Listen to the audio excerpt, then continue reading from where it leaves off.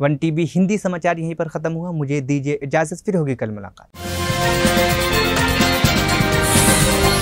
तेलंगाना के मुख्यमंत्री रेवंत रेड्डी ने तेलंगाना तल्ली की मूर्ति की आधारशिला रखी। अनावरण 9 दिसंबर 2024 को।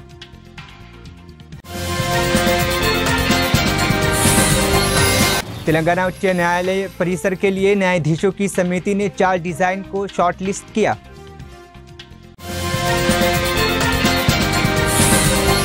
के कविता का हैदराबाद एयरपोर्ट पर भव्य स्वागत, सुप्रीम कोर्ट ने दे दी जमानत। शरद पवार ने केंद्रीय सरकार पर बिरादरी को नुकसान पहुंचाने का लगाया आरोप। अब खबरें विस्तार से। तेलंगाना सचिवालय में एक महत्वपूर्ण समारोह के दौरान मुख्यमंत्री रेवंत रेड्डी ने तेलंगाना तल्ली की मूर्ति की आधारशिला रखी। यह मूर्ति 9 दिसंबर 2024 को अनावरण की जाएगी। इस अवसर पर रेवंत रेड्डी ने कहा कि इस प्रतिमा की आधारशिला रखकर वह खुद को भाग्यशाली महसूस कर रहे हैं। समारोह में राज्य के मंत्री, सलाहकार, मुख्य सचिव शांति कुमारी, जीएसएमसी मेयर विजय लक्ष्मी और अन्य वरिष्ठ अधिकारी मौजूद थे।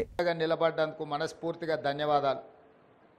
వాస్తవంగా ఈ కార్యక్రమాన్ని పెద్ద ఎత్తున చేపట్టాలన్న ఆలోచన ప్రభుత్వం చేసినప్పుడు వేద పండితులను సంప్రదిస్తే ఈ రోజు తర్వాత మళ్ళీ దసరా వరకు మంచి రోజులు లేవు, ఈ కార్యక్రమాన్ని ఈరోజు చేపట్టవలసిందిగా వేద పండితులు నిన్న సూచన చేయడం జరిగింది।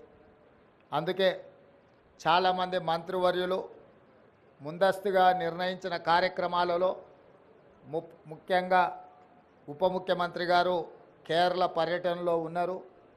మిగతా మంత్రివర్యులు కూడా ఇతర కార్యక్రమాలలో ముందే వాళ్ళ కార్యక్రమాలు నిర్ధారించడం వల్ల పెద్ద ఎత్తున ఈ కార్యక్రమాన్ని ప్రభుత్వం ఏర్పాటు చేయలేకపోయింది। ఏది ఏమైనా సంకల్పం, పట్టుదల ఉంటే ఏది అసాధ్యం కాదు అని తెలంగాణ ఉద్యమకారులు తెలంగాణ ఉద్యమాన్ని, తెలంగాణ రాష్ట్ర సాధనను నిరూపించారు। వెంకటరెడ్డి గారు చెప్పినట్టు 60 సంవత్సరాల యొక్క ఆకాంక్షను శ్రీమతి సోనియా గాంధీ గారు ఇచ్చిన మాట నిలబెట్టుకోవడానికి వారి మాటే శిలాశాసనం। ఒక్క మాట చెప్పిండ్రంటే అది చరిత్రలో సువర్ణ అక్షరాలతో లిఖించదగిన విధానమని 2004 కరీంనగర్లో వారిచ్చిన మాట ప్రకారం 2014 తెలంగాణ రాష్ట్ర ఏర్పాటు కల సాకారమైంది। 2014 నుంచి 2024 వరకు దాదాపుగా 10 సంవత్సరాల అధికారంలో ఉన్న వాళ్ళు ఎన్నెన్నో నిర్మించడం, ప్రపంచానికే ఆదర్శంగా నిలబడడం, చాలా విషయాలు గొప్పలు వాళ్ళు ప్రస్తావించడం జరిగింది। నేను పెద్దగా రాజకీయ విమర్శలకు నేను వెళ్ళదలుచుకోలేదు, కానీ 10 సంవత్సరాలు పరిపాలన చేపట్టిన వాళ్ళు తెలంగాణ తల్లిని తెరమరుగున పడవేసినరు। ఎందుకంటే తెలంగాణ తల్లి కంటే కూడా వారే ప్రాధాన్యత, వారే తెలంగాణకు సర్వం, నేనే తెలంగాణ, తెలంగాణనే నేను అనే విధంగా గత పాలకులు వ్యవహరించినరు।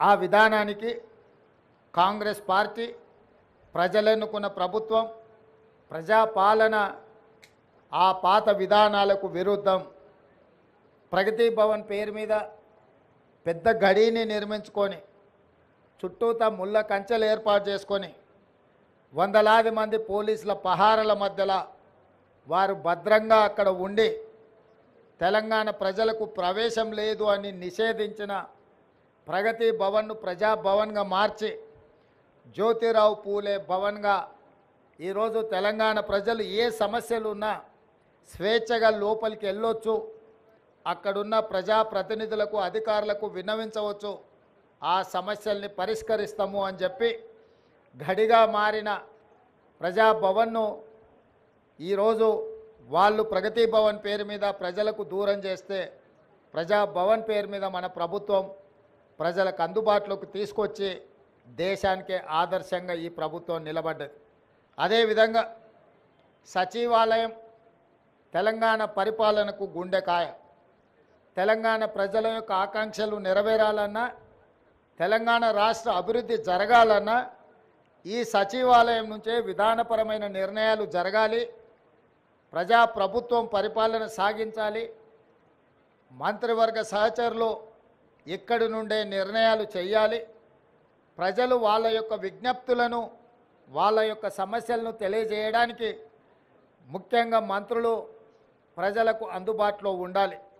ఇది సచివాలయ విధి విధానాలు. కానీ 10 సంవత్సరాలు మంత్రులు కానీ ముఖ్యమంత్రి కానీ ఆనాటి ప్రజాప్రతినిధులు ఎవరు కూడా ప్రజలకు అందుబాటులో లేకపోవడం, ప్రజలకు సచివాలయంలోకి ప్రవేశమే నిషేధం జరిగింది. అదేవిధంగా తెలంగాణ తల్లి విగ్రహం 10 సంవత్సరాలు వాళ్ళు ఏర్పాటు చేయలేదు. దాదాపుగా 22.5 లక్షల కోట్ల రూపాయల ఈ 10 సంవత్సరాల ప్రభుత్వం ఆనాటి ప్రభుత్వం ఖర్చు పెడితే తెలంగాణ తల్లి విగ్రహానికి అయ్యే 1 కోటి రూపాయలు అవుతుండొచ్చు మహా అంటే. అయినా వాళ్ళకు మనసు రాలేదు, తెలంగాణ తల్లి విగ్రహం పెట్టలేదు. ఈరోజు దేశం కోసం ప్రాణాలు అర్పించిన శ్రీ రాజీవ్ గాంధీ గారి విగ్రహం ఇక్కడ ఒక పక్కన డాక్టర్ బాబాసాహెబ్ అంబేద్కర్ గారి విగ్రహం, ఆ పక్కన శ్రీమతి ఇందిరాగాంధీ గారి విగ్రహం, ఆ పక్కనే పివి నరసింహారావు గారి విగ్రహం, ఇంకొక పక్కన అంజయ్య గారి విగ్రహం, ఆ పక్కన కాకా వెంకటస్వామి గారి విగ్రహం, వీళ్ళందరి విగ్రహాలు నెక్లెస్ రోడ్లో జైపాల్ రెడ్డి గారి సమాధులు, ఇవన్నీ కూడా ఈ దేశము ఈ రాష్ట్రము యొక్క ఏర్పాటులో కీలక పాత్రలు పోషించిన వాళ్ళ యొక్క గుర్తింపు ఆనవాళ్ళు ఇక్కడ ఉన్నాయి. మరి ప్రధానంగా ఇందరి ఉన్న దేశం కోసం ప్రాణాలు అర్పించిన రాజీవ్ గాంధీ గారు లేకపోవడం ఒక లోటుగా భావించినము.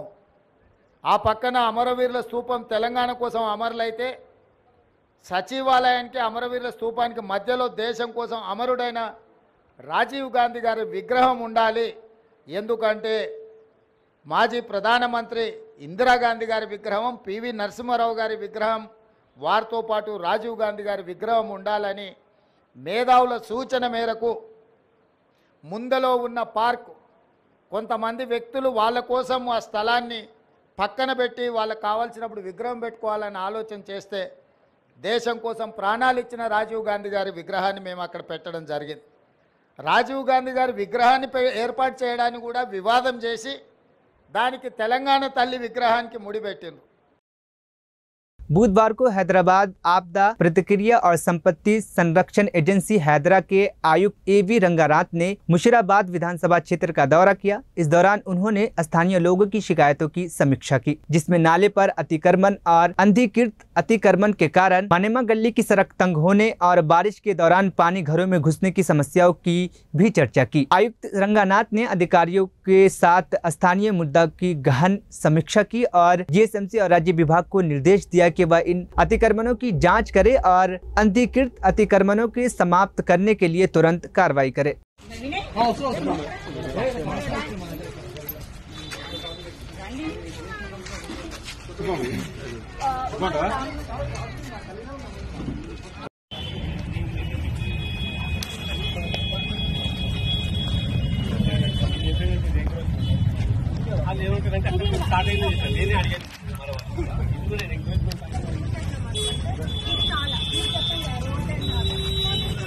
भाई साहब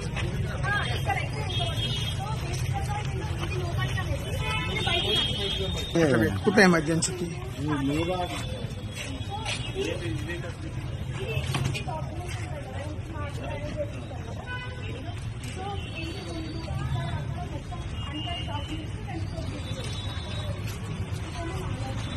मामा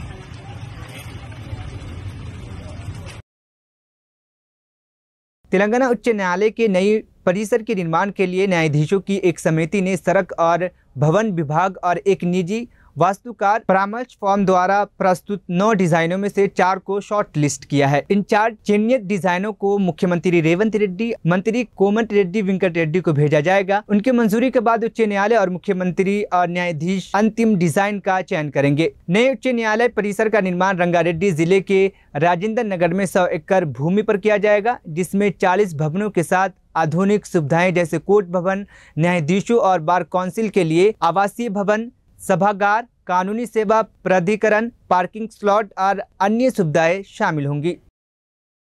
भारत राष्ट्रीय समिति BRS के नेता और विधान परिषद सदस्य के कविता को 5 महीने की हिरासत के बाद हैदराबाद के राजीव गांधी हवाई अड्डे पर भव्य स्वागत किया गया। सुप्रीम कोर्ट ने मंगलवार को उन्हें दिल्ली शराब नीति मामले में CBI और ED द्वारा दायर मामले में जमानत दे दी। कविता की वापसी पर भावनात्मक दृश्य देखे गए, जहां उन्होंने अपनी परिवार और समर्थनों से मिलकर खुशी और संतोष व्यक्त किया। BRS कार्यकर्ताओं ने इस मौके को न्याय की जीत बताया और उत्साह से भरपूर दिखे।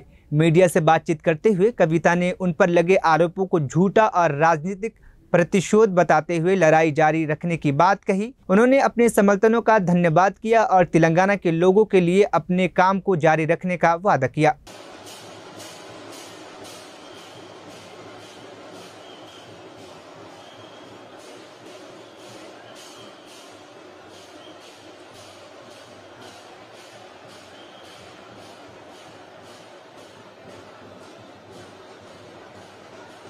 న్యాయం గెలుస్తుంది, ఒకరోజు ధర్మం గెలుస్తుంది, నిజం నిలకడ మీద గెలుస్తుంది అని చెప్పి నేను తెలంగాణ ప్రజలందరికీ కూడా తెలియజేస్తా ఉన్నాను.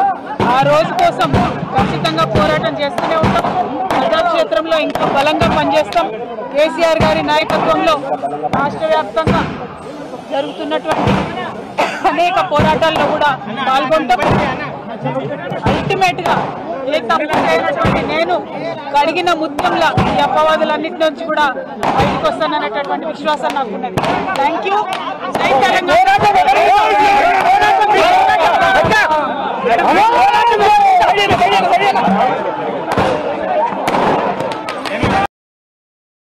गुरुवार को कुर्नूल में सोलर किंग, मन्ना टीवी तेलुगु, 1 टीवी और आंध्रा अक्षरा कॉरपोरेशन के अध्यक्ष डॉक्टर महबूब बाशा का उनके मुख्यालय में जिला ओलंपिक संघ के प्रतिनिधियों द्वारा भव्य स्वागत किया गया। उन्हें देश भर की सोलर कंपनियों में बेस्ट लैंड एग्रीग्रेटर पुरस्कार से नवाजा गया है और इस सम्मान के रूप में उन्हें शॉल भेंट की गई है। इस अवसर पर लोगों ने डॉक्टर बाशा को उनकी सेवाओं और कारोबार के क्षेत्र में आगे बढ़ने के लिए प्रेरित किया। कार्यक्रम में विभिन्न खेल संघों के प्रतिनिधि और अन्य प्रमुख व्यक्तियों ने भाग लिया और डॉक्टर बाशा की सेवाओं की सराहना करते हुए उनकी सफलता पर खुशी जताई।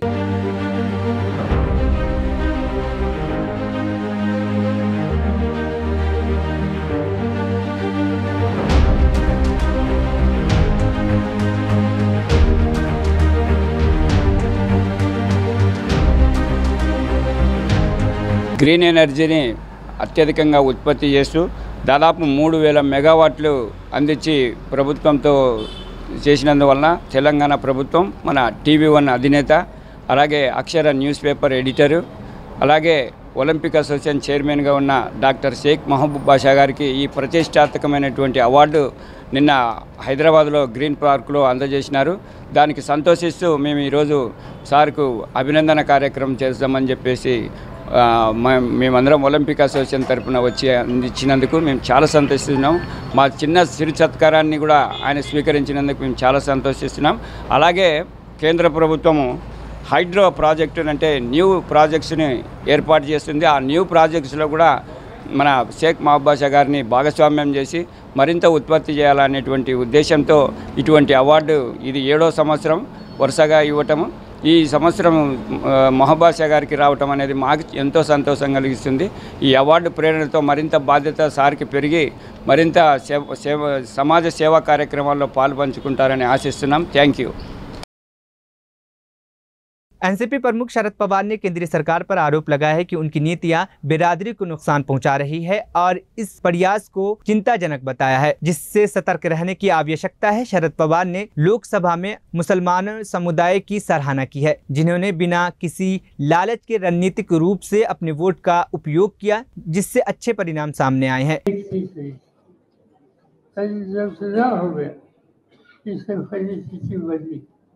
हम तीनों लेकर जब चुनाव लड़ने के लिए गए और चुनाव का नतीजा आ गया तो इसमें 31 सीट ये 3 पार्टी को मिली और इसमें माइनॉरिटी का हिस्सा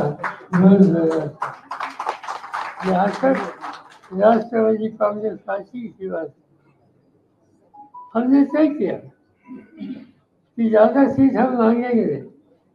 मांगने की ताकत थी, लोग थे, मगर हमें बदलाव की आवश्यकता थी।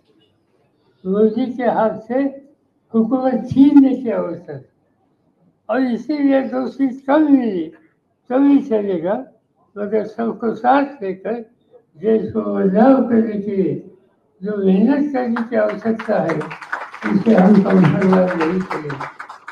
और इसीलिए खाली 10 सीट हमने मिली, और मुझे खुशी है कि 10 में से 8 सीट आप लोगों ने चुनकर दे दी। ऐसे तरीके से होता है। आज कई समस्या आपके सामने है। पढ़ाई का मामला है, नई पीढ़ी शिक्षा के क्षेत्र में चाहे इससे आगे गई है, ऐसे हम कह नहीं सकते, खासतौर पर मानव की। आज देश में जो गरीबी की समस्या है, ये गरीबी की समस्या में सबसे ज़्यादा कीमत देने की नौबत जिन वर्गों में आती है, इसमें मुस्लिम नई पीढ़ी, मुस्लिम समाज, इनका मिलन अन्य राशि से, अन्य धर्मों से ज़्यादा है। और इसलिए इस गरीबी के सामने भी हमें सोचना होगा कि गरीबी से छुटकारा कैसे हो सकता है। काम करने का अधिकार सभी को होता है, मगर हम देखते हैं कि माइनॉरिटीज को कहीं जगह देने की स्थिति पैदा होती है, तो जगह देने का अधिकार जिनके हाथ में है, उनकी नीयत अलग है, ये बात दिखने की मिलती है, क्योंकि उनकी सोच इस बारे में चाहे नहीं। सच्चाई कमेटी ने कुछ रास्ते दिखाए, सच्चाई कमेटी की सिफारिश से पूरी तरह से इस पर अमल अभी तक हुआ नहीं, वह करने की आवश्यकता है। कई ऐसे बातें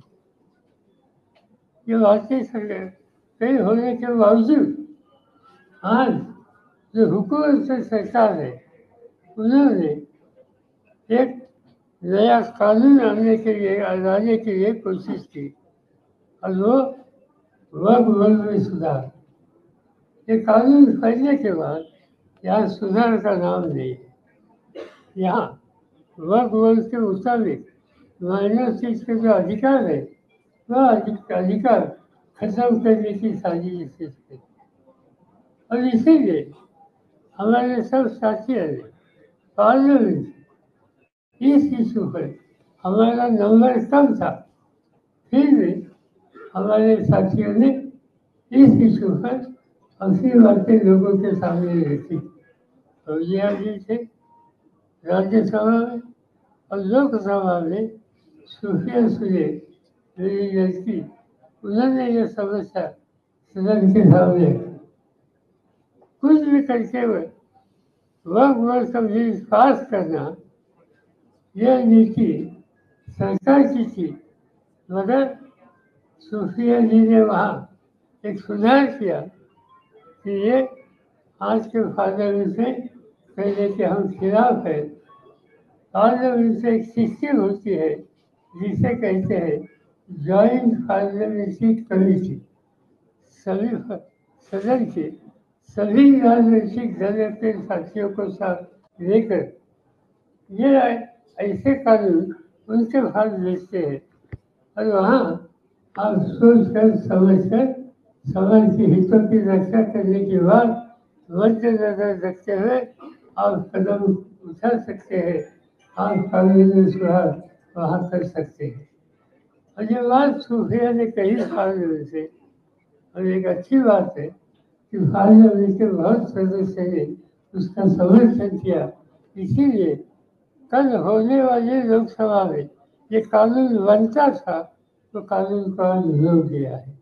तो कानून कमेटी के पास गया, कमेटी के पास जाने के बाद ये कमेटी पर कौन काम करेंगे, इसकी बात पार्लियामेंट से हो गई।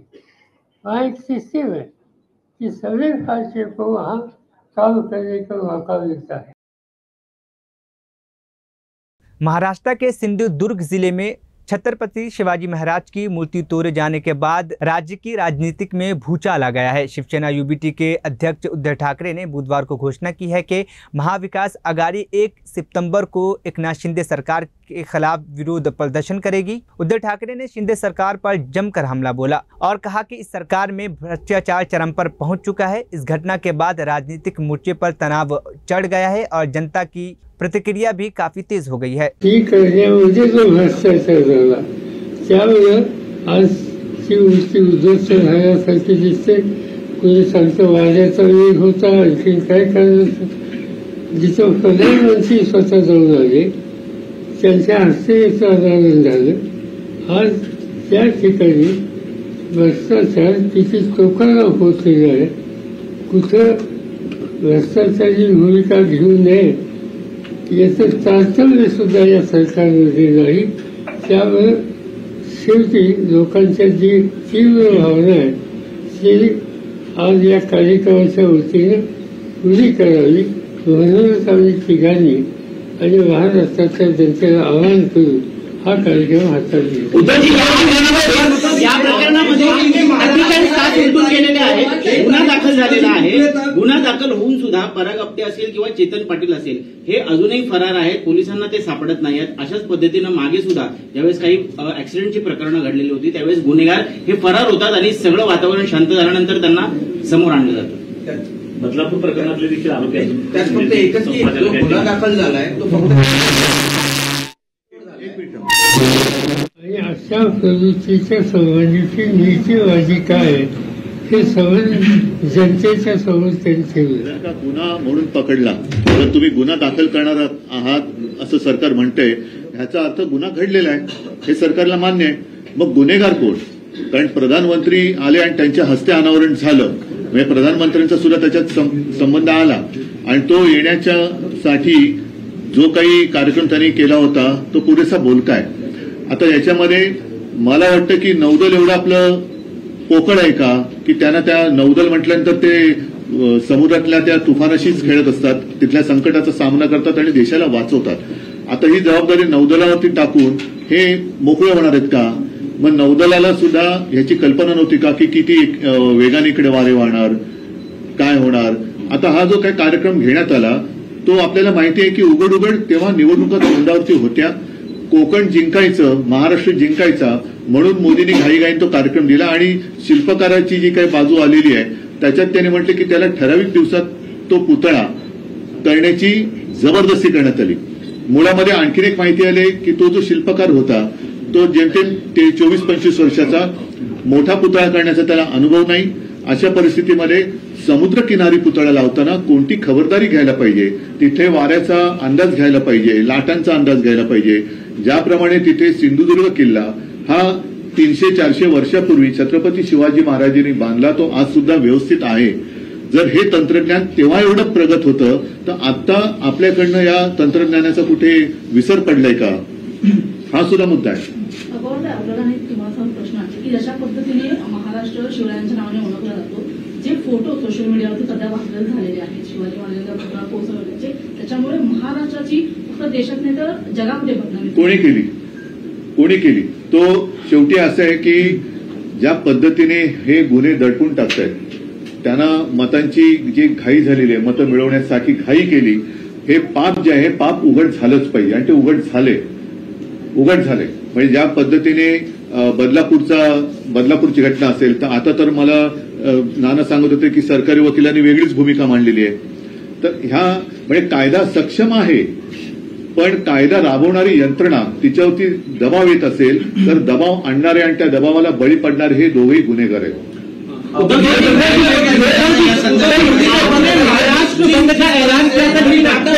जिस तरह से पूरी घटना हुई है उसको लेकर आगे की रणनीति क्या है? क्योंकि आज भी कई जगहों पर प्रोटेस्ट हुआ है, आदित्य जी गए हैं, उनकी गाड़ी को रोकने की कोशिश की गई, वहां पर कुछ घटना हुई है। दूसरा जो केस रजिस्ट्रेशन की बात हुई कि गुनाह दर्ज किया जाएगा, आरोपियों को बख्शा नहीं जाएगा, उस पर क्या कहना है? पहले ही मैंने मराठी में कह दिया है कि आने वाले रविवार को हम मुंबई में तीनों पार्टियों के प्रमुख नेता, शीर्ष नेता और हम सारे जो हमारे साथी अन्य पक्ष है उनको सारे शिवप्रेमी और सारे पार्टियों के जो शीर्ष नेता है और कार्यकर्ता जिनके दिल में शिवाजी महाराज है, वो सारे आने वाले 1 तारीख यानी रविवार को हुतात्मा स्मारक वहां इकट्ठा हो जाएंगे। हम जिन्होंने मुंबई के लिए बलिदान दिया है उनको वंदन कर कर हम गेटवे ऑफ इंडिया की तरफ, जहां पर हमारे छत्रपति शिवाजी महाराज जी का एक स्टैचू है, वहां उनको वंदन करने के लिए जाएंगे और इस सरकार का निषेध करने के लिए हम सरकार की प्रतिमा मराठीमध्ये सांगितलं की त्यांना जोडे मारा कार्यक्रम स्ट्रॅटेजी करते मुद्दाम दडपण्याचं, कारण आजही मोर्चा मालवणमध्ये काढला, तिथे रस्ता रोखून धरला, महाराष्ट्र बंदचं आवाहन केलं, तेव्हा कोर्टाने याच्यामध्ये म्हणूनच म्हटलं ना की सरकारची ही महाराष्ट्रद्रोही आणि शिवद्रोही ही प्रतिमा ही अधिक अधिक अधिक उघड होत चाललेली आहे। यांना महाराष्ट्राबद्दल प्रेम नाही, छत्रपतींबद्दल आदर नाही। मगाशी जो मी उल्लेख केला होता कोश्यारींचा, त्यांनी त्यावेळेला अपमान केला होता, आम्ही मोठा मोर्चा काढला होता, तरी देखील केंद्र सरकारने त्यांना हलवलं नव्हतं। म्हणजे यांच्या नसानसात शिवद्रोह हा ठासून भरलेला आहे आणि तो शिवद्रोह महाराष्ट्र सहन करणार नाही।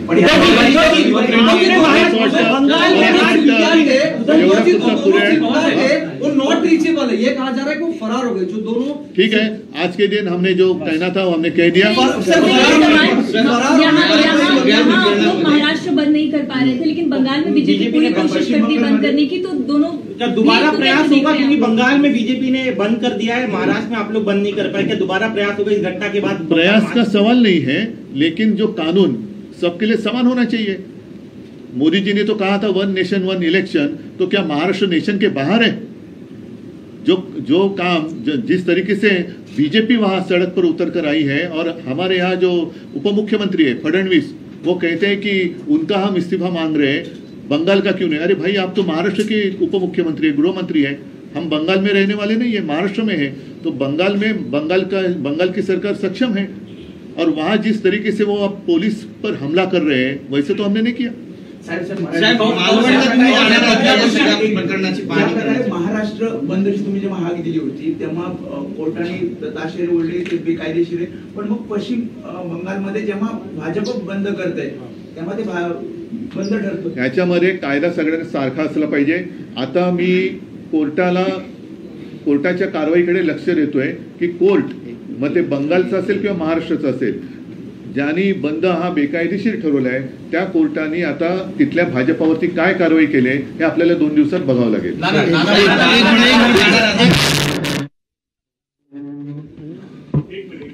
1 तारखेला जो आमचा या सगळ्या छत्रपती शिवाजी महाराजांच्या अवमानाच्या प्रकरणात आम्ही जो मुंबईमध्ये कार्यक्रम करतो आहे, त्या कार्यक्रमाच्या नंतर 2 तारखेपासून तर महाराष्ट्रामधल्या प्रत्येक गावात, जिल्ह्यात, तालुक्यामध्ये हा कार्यक्रम चालू राहील। आणि या सरकारला, कारण हे घाबरलेलं सरकार आहे, हे कोर्टात जातं, यांना वाटतं की आमच्या विरोधात कोणी जाऊ नये, लोकांमध्ये उठाव होऊ नये, उठाव झालेल्या लोकांच्या मनात। त्या दिवशी आम्ही कोर्टाने आदेश दिले तरी लोक स्वयंपूर्तेनं रस्त्यावर आलेत, लहान लहान मुली रस्त्यावर आल्यात, पण आम्ही आता बंद पाडणार नाही। पण याचा जे निषेधाचा जो प्रक्रिया आहे, जे उद्धवजींनी सांगितले जोडे मारो आंदोलन करू, ते पूर्ण महाराष्ट्रामध्ये एकच्या नंतर चालू राहणार आहे। ते 1 तारखेला संपणार नाही आहे, ते कंटिन्यू महाराष्ट्रामध्ये प्रत्येक तालुक्यात, जिल्ह्यामध्ये चालू राहणार आहे। डेमोक्रेटिक प्रोग्रेस आज़ाद पार्टी को उस समय बड़ा झटका लगा जब पार्टी के अध्यक्ष गुलाम नबी आज़ाद ने आगामी विधानसभा चुनाव में अपने उम्मीदवारों के प्रचार प्रसार से इनकार कर दिया। बुधवार को गुलाम नबी आज़ाद ने इन निर्णय की वजह अपनी स्वास्थ्य संबंधी चिंताओं को बताया है। उन्होंने उम्मीदवारों को सलाह दी है कि उनके बगैर चुनावी मैदान में उतरना होगा और यदि वह ये मानते हैं कि मेरी प्रचार की कमी से उनकी उम्मीदवारी प्रभावित हो रही है तो वह अपनी उम्मीदवारी वापस ले सकते हैं। इस फैसले से पार्टी के रणनीति पर गहरा असर पड़ सकता है। जम्मू कश्मीर में विधानसभा चुनावों की घोषणा के बाद सभी दल अपनी अपनी रणनीति पर काम करने लगे हैं और राहुल गांधी इस चुनाव को लेकर काफ़ी सक्रिय हैं। नेशनल कॉन्फ्रेंस के साथ कांग्रेस के गठबंधन के समय भी राहुल गांधी की उपस्थिति रही थी। अब उन्हें कश्मीर की युवतियों से बातचीत करते हुए एक वीडियो साझा किया है जिसमें उन्होंने अपने जीवन के कई पहलुओं के बारे में खुलासा किया है। वीडियो में राहुल गांधी ने कश्मीर में अपने अनुभवों और शादी के बारे में भी बातचीत की है। जब युवतियों ने उनसे पूछा कि उन्हें कश्मीर में सबसे अच्छा क्या लगता है, तो उन्होंने कहा कि कश्मीरी लोगों से उनका जुड़ाव और कश्मीरी की सुंदरता उन्हें सबसे ज़्यादा पसंद आती है। राहुल गांधी ने कश्मीरी लोगों की कठिन जिंदगी की सराहना करते हुए कहा, कश्मीर में लोगों से मेरा जो रिश्ता है वह मुझे सबसे अच्छा लगता है। यहाँ के लोगों की जिंदगी बहुत टफ है, अगर मैं उनके लिए कुछ कर पाऊँ तो मुझे खुशी होगी। Like the place always. People admire you here. People here are having such a hard time. Yes. And struggling, and I feel bad. So if I can do something for that little bit, then I try and see if I can. Of course, it's beautiful also. How does the situation here disturb your plans? Does it stress you out? You It feel stresses worried? a lot. You feel disturbed? How? I never wanted to continue my studies here because it's so depressing. I wanted to go outside, but then my parents didn't let me, so I had to stay here. But political science, I wanted to do it. I was passionate about it, so I did it. But my experience with political science, studying political science, is what they teach you in university is nothing to do with The real politics. nothing. Like it's just nothing. They are in some other world. That's the sad part. And the politics is in some other world. That's the sad part. International relations as well. Yeah. From which one? Harvard. From Harvard University. Then after that, Papa died, so then I had to go to Rollins College, and then from there I went to Cambridge University in England. You also did your From your masters? childhood, so you wanted to become a politician, and you had other dreams. Not when I was small, but after Papa died, I felt that I should. I saw Papa's death as someone stopping him from doing what he wanted or what work he wanted to do. So then I got that idea. We say, oh, I want to change that, I want to change that, I want to change that. You don't realize that to change any of that, you have to change this. We also want to be free and chase our dreams. But there's one thing that I try to find happiness in whatever I'm doing. Maybe it's forced. So if I'm doing my work, then I'll try to be happy in that. And then how will I be happy in that? How do you think I'll be happy in that? My work is quite tedious and serious. Because you like it. No, so then I'll like, oh, you know what I'll do? I'll go and meet some Kashmiri youngsters, talk to them. So now my work will become more interesting. So I try, whatever I'm doing, I try to find something nice to do. We also want to do a lot of things, but because of the condition or because of the lack of opportunities, we can't. Yeah. Like being Kashmiri woman, I know what kind of problems I face. Like we have less literacy rate in Kashmir, we have less employment rate. And like we have also less representation. Unemployment rate of women in Kashmir, it's 76%. If being a physicist, I see only one female professor in Kashmir. So how do you see the press freedom in Kashmir? I see huge problems with press freedom in Kashmir and in the rest of the country. My view about the Prime Minister, my problem with him is that he doesn't listen to anybody, number one. And number two, I have a problem with somebody who from the beginning believes that they're right. Even if he's seeing something that is showing him that what he's saying is wrong, he will not accept that. So then that type of a person will always create some problem with the other. I think it comes from insecurity. It doesn't come from strength. It comes from weakness. No, so how do you're saying that women are discriminated. Yeah, unemployment. And you're saying education is backward. Limited, backward. I went for an internship to Delhi through a fellowship. When I met there a NLU student, he was from NLU Raipur and he was in his second year. I just shared it with them also. In his second year, it was his 4th or 5th internship. And I was in my 4th year and it was my first internship. And he was shocked. Because herein we don't have any corporate firms, we don't have MNCs, so we lack opportunities, we are far behind them. So that's also a problem here. There are emerging fields like we have corporate law, banking law, sports law or cyber law. So we lack those things. We are not able.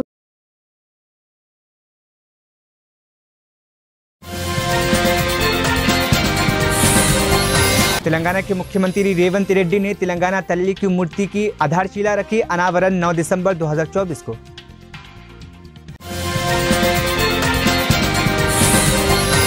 Telangana उच्च न्यायालय परिसर के लिए न्यायाधीशों की समिति ने 4 design को शॉर्टलिस्ट किया।